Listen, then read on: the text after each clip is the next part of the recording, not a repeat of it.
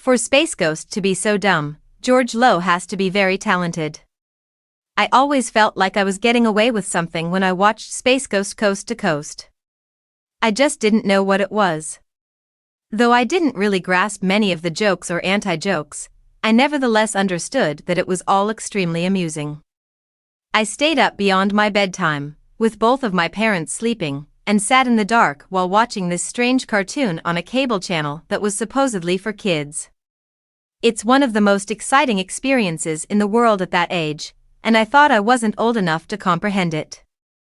It was a talk show with real, well-known guests, and even though I found Zorak, the bandleader, an evil mantis, and Molter, the director, a less evil lava man, to be hilarious, it wouldn't have worked without the straight man, Space Ghost, the dim-witted host and former superhero, grounding everything with his trademark authoritative idiocy.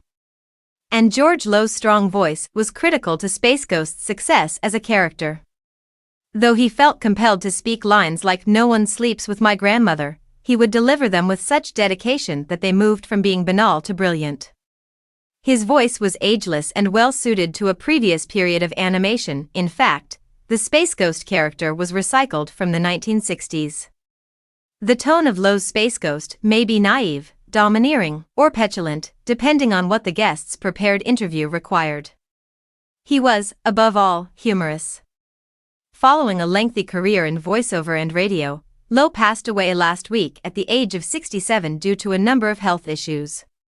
In a generation of viewers whose whole sense of humor was shaped, possibly defined, by that first taste of surrealism that Space Ghost Coast to Coast deceived us into liking, his defining role will endure for a very long time.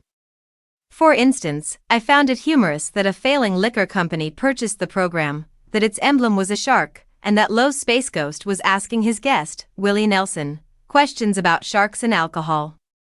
I was not quite sure whether Nelson knew the joke or even if he was told what it was during the recording of his interview. Above all, I couldn't tell whether his terse and perplexed responses were more amusing to me because he was playing along or because they were sound bites that were sliced and stuffed into a post-production narrative, if that phrase even somewhat applied. I enjoyed it, even if I had no idea why the shark finally burst.